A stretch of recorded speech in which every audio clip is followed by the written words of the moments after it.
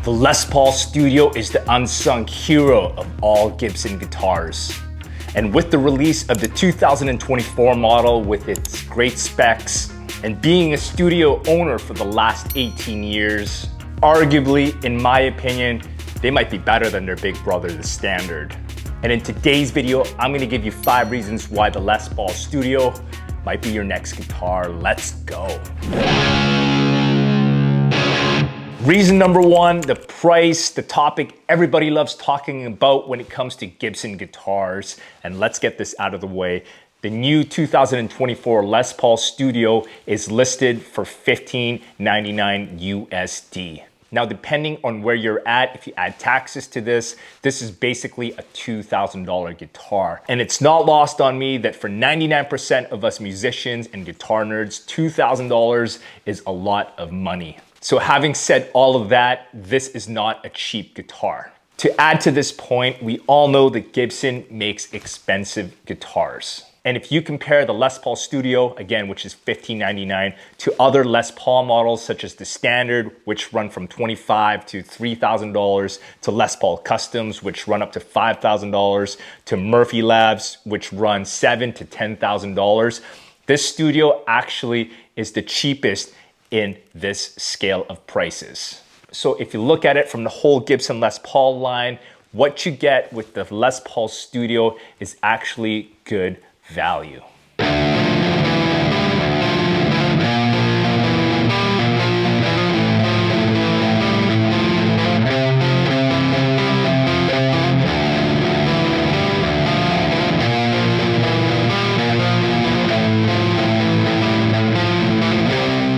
Reason number 2, solid construction. On the surface level, the Gibson Les Paul Studio has the same construction as a Les Paul Standard. Now, I know what you're gonna say, Chad. AJ, they're so different. And yes, Chad, I agree with you, but all I'm saying is a Les Paul Studio has the same components as a Les Paul Standard. You get a mahogany body, maple top, mahogany neck, rosewood fingerboard, and humbucker pickups. And this Standard has the same specs, mahogany body, maple top, mahogany neck, rosewood fingerboard, humbuckers.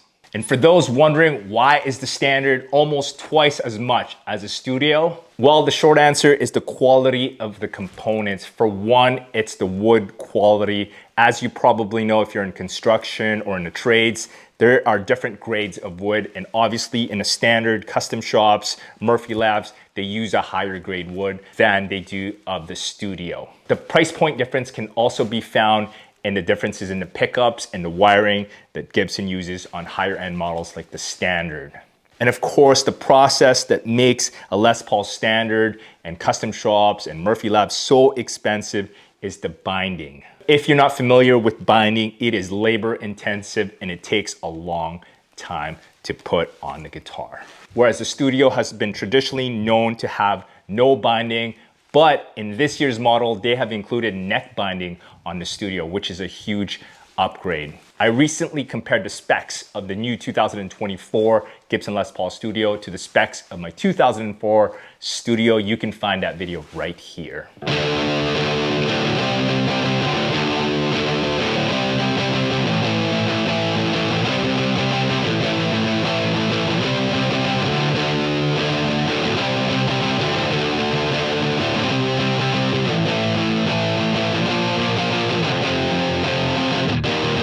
Reason number 3, inspiration for modifications. Now, what does this mean? Well, because of the price point of this guitar and because the guitar, let's face it, is pretty stock in terms of specifications, you're more likely to mod this guitar than you would a more expensive Les Paul Standard.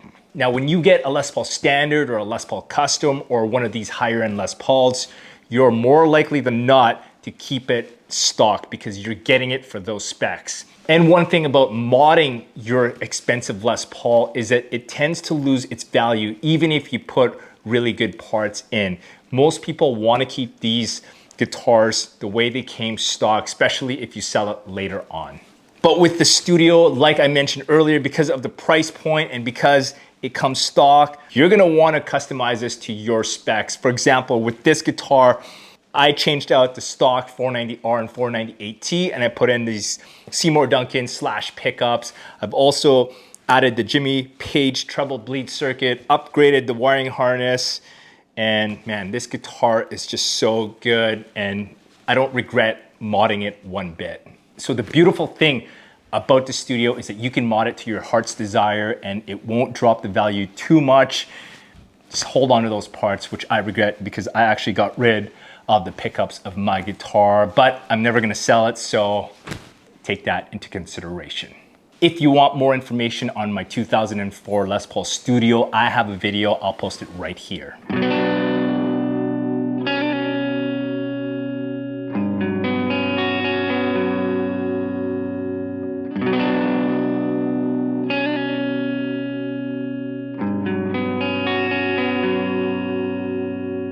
Reason number 4, live performance reliability.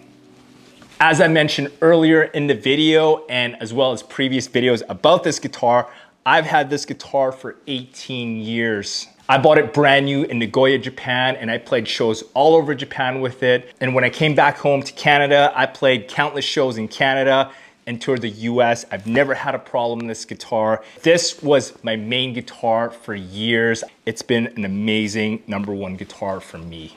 And quite honestly, I've not been gentle to this guitar. I have played this guitar hard. It's even had an unfortunate headstock break, but it's been repaired flawlessly by the guys at Tom Lee Music here in Vancouver, and I've never had a problem with it, and it's still my #1 guitar to this day.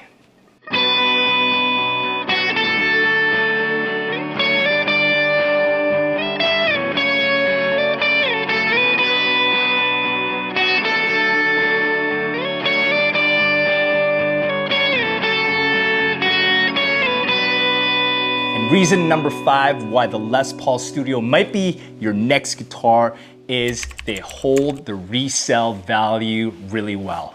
Now, generally speaking, Gibsons have a great resale value, and over COVID, man, the prices of guitar have skyrocketed. The price of used Gibsons have skyrocketed. You can literally buy a Les Paul Studio today, and you could probably resell that guitar for almost the same price, maybe even more.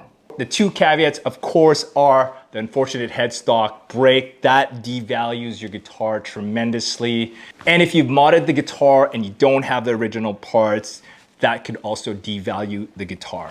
But for the most part, Gibson guitars have the best resale value, and it would be an investment piece. And if you take care of that guitar, man, you could play that guitar for a couple of years, and if you decide you don't like it, you could just sell it and you could pretty much make all your money back. Obviously, I love Les Pauls and I love Les Paul Studios. If you're watching this video, then you're probably looking at buying one or just looking at Les Pauls in general. I can't recommend these guitars enough. And this is coming from a fan. This video is not sponsored by Gibson at all. But if you're still undecided about buying a Les Paul, I made a video giving you 5 reasons why you should not buy a Les Paul. I'll post it right here. Thanks so much for watching the video. I will see you guys in the next one. Pick up that Les Paul and let's go.